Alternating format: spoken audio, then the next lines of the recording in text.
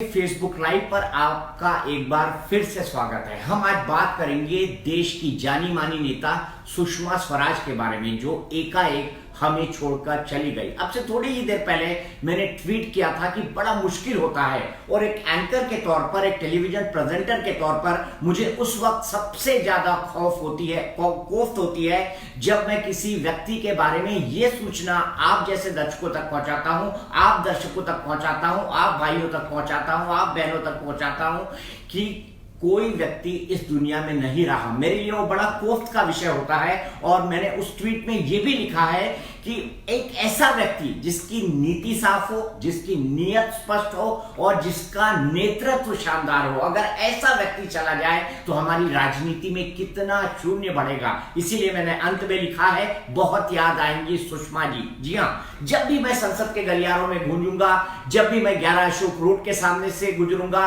जो भारतीय जनता पार्टी का पुराना ऑफिस था, जब भी मैं लोधी स्टेट के आसपास जाऊंगा, या जब भी मैं सफदरजंग लेन में जाऊंगा, ये तमाम वो इलाके हैं जहां से सुषमा स्वराज जी से मेरा बेहद नजदीक का इंटरेक्शन रहा है, एक पत्रकार के तौर पर और वो पार्टी की एक प्रवक्ता के तौर पर। मैं उनसे जुड़े कई सारे संस्मरण आज आपको सुनाना चाहता हूं। मैं आपको बताना चाहता हूं कि कैसे उन्होंने विषयों पर पकड़ बनाए, कैसे एक छोटी छोटी माइन्यूट डिटेलिंग के अंदर वो जाती थी, कैसे टेलीविजन को उन्होंने बेहतर ढंग से समझना शुरू किया, कैसे समाज पर वो अपनी पकड़ बनाती थी, किस तरह से अंतर्राष्ट्रीय विषयों पर उन्होंने अपनी पकड़ बनाई, किस तरह से देश की सफलतम सबसे पहली पूर्णकालिक विदेश मंत्री बनने का तमगा उनको मिला। और इतने शानदार काम के बाद कि 5 साल के बाद विदेश मंत्री के तौर पर नरेंद्र मोदी जब इलेक्शन कैंपेन में आए तो उन्हें यह कहना पड़ा, और पूरी भारतीय जनता पार्टी को कहना पड़ा कि अब जो है भारत पूरी दुनिया के अंदर सर उठाकर चल सकता है। दो कदम एक साथ, एक सर्जिकल स्ट्राइक और दूसरा एयर स्ट्राइक। सर्जिकल स्ट्राइक और एयर स्ट्राइक करने के बाद भी पाकिस्तान पर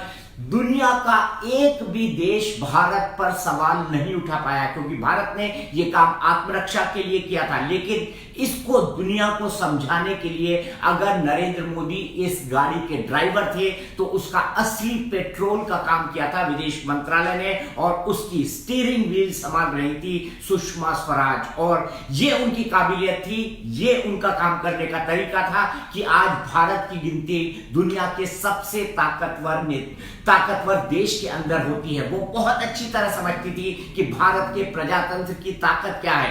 भारत का प्रजातंत्र दुनिया का सबसे बड़ा प्रजातंत्र है, और हमें इस पर फख्र करना चाहिए। अगर अमेरिका दुनिया का सबसे पुराना लोकतंत्र है तो भारत दुनिया का सबसे बड़ा प्रजातंत्र है, और यही चीज है जो भारत को दुनिया में सबसे अलग बनाती है। इसीलिए चाइना भी हमसे पीछे रह जाता है, और शायद इन तमाम बातों को, इन तमाम तर्कों को, इन तमाम चीजों को सुषमा स्वराज जी बेहद अच्छे तरीके से समझती थी। मैं आपको बता रहा था 1992 से 95 तक की बात, जब सुषमा स्वराज भारतीय जनता पार्टी के केंद्रीय नेतृत्व के साथ काम करती थी। भारतीय जनता पार्टी एक बड़ी पार्टी बन चुकी थी, लेकिन सत्ता से काफी दूर थी। उस वक्त उनको जिम्मेदारी मिली पार्टी के स्पोक्स पर्सन के तौर पर, और उस वक्त वो जमाना था जब टेलीविजन के कार्यक्रम, प्राइवेट टेलीविजन न्यूज नई आई थी। कुछ न्यूज बुलेटिन प्रसारित होते थे जिसमें से ज्यादातर जो है वो दूरदर्शन पर होते थे। एक हिंदी और एक अंग्रेजी का दूरदर्शन पर होता था, और एक प्राइवेट चैनल जी टीवी तब न्यूज चलाया करता था। यही 3 न्यूज आती थी, और इन तीन न्यूज ने सुषमा स्वराज की काबिलियत को देश ही नहीं पूरी दुनिया तक पहुंचा दिया। जिस तरह की वाक्पटुता के साथ, जिस तरह से शब्दों के बैलेंस के साथ, जिस तरह से विषय की समझ के साथ उन्होंने टेलीविजन में अपनी बात रखना शुरू की, और जो उनकी वहां से तैयारी थी, वो तैयारी हमको न केवल संसद के अंदर दिखाई दी, जब उन्होंने 1996 में वो भाषण दिया, जब उन्होंने कहा कि राम के समय तो एक मंत्रा और एक कई थी, लेकिन अटल बिहारी वाजपेयी जैसे राम को रोकने के लिए न जाने इस संसद में कितनी मंत्राएं बैठी होंगी और कितनी केकई बैठी होंगी। उन्होंने कहा कि जी हां, हम सांप्रदायिक हैं, लेकिन क्योंकि हम वंदे मातरम बोलते हैं इसलिए हमें सांप्रदायिक कहा जाता है। ऐसी कई सारी दिल की छू जाने वाली चीजें थी जो उन्होंने कही। तो 95 से लेकर 96 तक का वो, 92 से लेकर 95 तक का वो दौर, और 96 में 13 दिन की सरकार बनना। उस 13 दिन की सरकार में सूचना और प्रसारण मंत्री बनाया गया था सुषमा स्वराज को, और सूचना और प्रसारण मंत्री के इस कार्यकाल के दौरान उन्होंने एक बड़ा फैसला लिया था,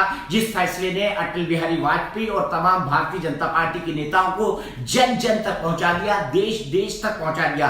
यह फैसला था जो अटल बिहारी वाजपेयी के विश्वास मत पर जो बहस थी, जिसके बाद उन्होंने इस्तीफा दे दिया था क्योंकि वो बहुमत साबित करने की स्थिति में नहीं थे, उसका सीधा टेलीवाइज्ड प्रसारण, ये चमत्कारिक कदम उस वक्त सुषमा स्वराज ने उठाया था, क्योंकि वो टेलीविजन की ताकत को समझती थी और वो समझ गई थी कि अगर देश को एड्रेस करना है, देश के लगभग 110 से 120 करोड़ लोगों को एड्रेस करना है, तो हमको टेलीविजन मीडिया की ताकत को समझना होगा। इसको समझते हुए सुषमा स्वराज ने उस वक्त इसका पूरा टेलीवाइज प्रसारण किया था, जिसके बाद हमने देखा, आज आपको लगता होगा कि लोकसभा में जो हो रहा है, राज्यसभा में हो रहा है, आप इंटरनेट पर देख सकते हैं, आप कंप्यूटर पर देख सकते हैं, आप मोबाइल फोन पर देख सकते हैं, आप अपने नॉर्मल टीवी पर देख सकते हैं, आप अपने स्मार्ट टीवी पर देख सकते हैं। तब ऐसा नहीं था। तो ये जो क्रांति हुई है, क्योंकि वो टेलीकम्युनिकेशन मिनिस्टर के तौर पर भी काम किए हैं, आईएनबी मिनिस्टर के तौर पर भी काम किए, इसमें भी उनका एक बहुत बड़ा योगदान है। सिर्फ प्रवक्ता के तौर पर नहीं, सिर्फ अच्छी वक्ता के तौर पर नहीं, लेकिन एक एडमिनिस्ट्रेटर के तौर पर भी सुषमा स्वराज को जाना जाएगा।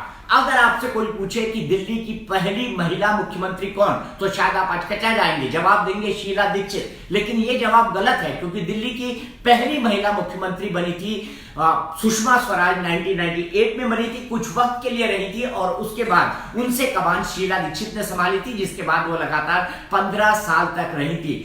सुषमा स्वराज जी में एक अद्भुत क्षमता थी, लैंग्वेज को पकड़ लेने की क्षमता, भाषा को सीख लेने की क्षमता। बेल्लारी में जब वो चुनाव लड़ रही थी सोनिया गांधी के खिलाफ, तब उन्होंने 2 हफ्ते के अंदर धारा प्रवाह कन्नड़ बोलना सीख लिया था। ये उनकी काबिलियत थी। हालांकि वो बेल्लारी से सोनिया गांधी के खिलाफ चुनाव हार गई थी, लेकिन उस चुनाव ने उनको एक बहुत बड़े कद का नेता बना दिया था। एक अच्छी वक्ता, एक अच्छी एडमिनिस्ट्रेटर, एक अच्छी महिला, एक अच्छी राजनेता, एक अच्छी डिप्लोमेट, ऐसी कितनी ही सारी खूबियां हैं जिनके लिए सुषमा स्वराज को हमेशा याद किया जाता रहेगा। और मैं आपको एक बात और कहना चाहता हूं, मैं आपको बड़ी टचिंग चीज बताना चाहता हूं, क्योंकि जब भी आप सुषमा स्वराज को देखेंगे तो आपको लगेगा एक संपूर्ण भारतीय सुहागन नारी का प्रतीक हमेशा से रही है। इसीलिए सुषमा स्वराज जी को आप जब भी देखेंगे तो उनकी एक साड़ी, जो उनका ट्रेडमार्क स्टाइल हुआ करता था, सर पर बिंदी,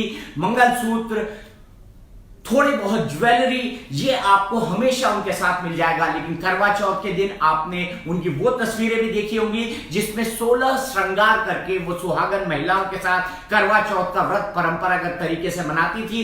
मुझे 1995 से लेकर जब वो कई मंत्रालयों में रही, तब से हर करवा चौथ की वो तस्वीरें याद है, क्योंकि करवा चौथ अब देश के लगभग हर कोने में मनाई जाती है। और सुषमा स्वराज जी को देखकर ऐसा लगता था कि न केवल वो एक ऐसी नेता नहीं है जो बराक ओबामा से मिलती है, वो कोई सिर्फ एक ऐसी नेता नहीं है जो हिलेरी क्लिंटन से मिलती है, वो कोई ऐसी नेता नहीं है जो क्राउन प्रिंस से मिलती है, बल्कि वो गीता से भी मिलती है। वो बाकी 90,000 अन्य भारतीयों को ट्विटर के माध्यम से मदद करके छुड़ा कर भी लाती है। यह उनका एक बड़ा कंट्रीब्यूशन था जो विदेश मंत्री के तौर पर मैं याद करना चाहूंगा। वो ये था कि उन्होंने ट्विटर के माध्यम से असंख्य भारतीयों को मदद पहुंचाई, उनको जो परेशानी से निकाला, चाहे वो दुबई में हो, चाहे वो जर्मनी में हो, वो एक ट्वीट किया करते थे और पूरे के पूरे मिशन, एम्बेसी या हाई कमीशन को सुषमा स्वराज उनकी मदद के लिए लगा दिया करती थी। तो जिस तरह पीपल्स प्रेसिडेंट कहा जाता था एपीजे अब्दुल कलाम को, ठीक उसी तरह जनता की विदेश मंत्री थी सुषमा स्वराज, क्योंकि विदेश मंत्रालय के बारे में माना जाता है कि ये बड़ा इलीट मंत्रालय है। इस मंत्रालय के अंदर डिप्लोमेट्स होते हैं, बड़े बड़े राष्ट्राध्यक्ष होते हैं, बड़ी बड़ी पार्टी होती है, बड़ी बड़ी अंग्रेजी और डिफरेंट लैंग्वेजेस में बात होती है। लेकिन इस मंत्रालय को आम जनता के लिए इस तरह से खोल दिया जाएगा, ये कोई नहीं समझ सकता था, और इसको समझा सुषमा स्वराज ने।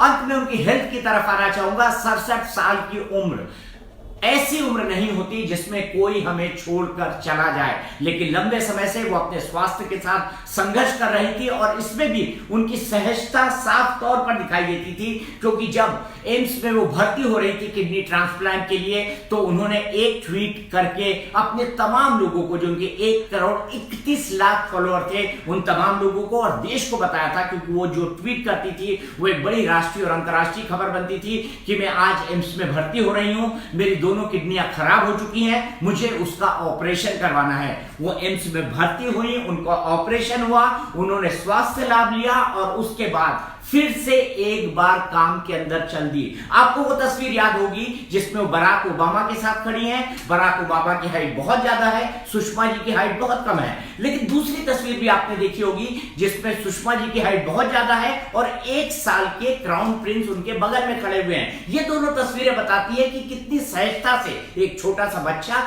जो एक देश का क्राउन प्रिंस है और एक देश जो दुनिया का सबसे पुराना लोकतंत्र है और दुनिया का सबसे ताकतवर नेता बराक ओबामा, जो उस वक्त यूएस का प्रेसिडेंट हुआ करता था, उन दोनों के साथ जिस सहजता से भारतीय विदेश मंत्री मिलती हैं, वो उनके कॉन्फिडेंस की, वो उनकी समझ की और वो उनकी जो आदत रही है कि किस तरीके से आपको बड़े लोगों के साथ एक डिकोरम के साथ, एक डिसेंसी के साथ और एक ग्रेस के साथ मिलना है, वो ग्रेस उनमें हमेशा रहा। वो याद की जाएंगी अपने अंदाज के लिए, वो याद की जाएंगी अपनी भारतीय छवि के लिए, वो याद की जाएंगी एक ओजस्वी वक्ता के तौर पर, वो याद की जाएंगी एक अच्छी मां के तौर पर, एक ऐसी महिला सांसद के तौर पर जो इकलौती महिला सांसद है जिसे सर्वश्रेष्ठ पार्लियामेंटेरियन का सम्मान दिया गया। वो याद की जाएंगी एक बहुत अच्छे लीडर ऑफ अपोजिशन के तौर पर जिसने अपने शेरो शायरी से डॉक्टर मनमोहन सिंह जैसे प्रधानमंत्री को सीधे घायल कर दिया हो राजनीतिक तौर पर। तो ऐसी कई चीजें हैं जिसके चलते सुषमा स्वराज जी को याद किया जाएगा। आज की हमारी बातचीत में इतना ही। अगर आपके पास कोई सवाल हो तो आप मुझे दे सकते हैं। मुझे इस वक्त जाना है क्योंकि 2 बजे से एक बार फिर से मैं टेलीविजन पर आऊंगा आपके सामने, क्योंकि अब अंतिम यात्रा सुषमा स्वराज जी की शुरू होने वाली है और उसका आंखों देखा हाल मुझे आप तक पहुंचाना है।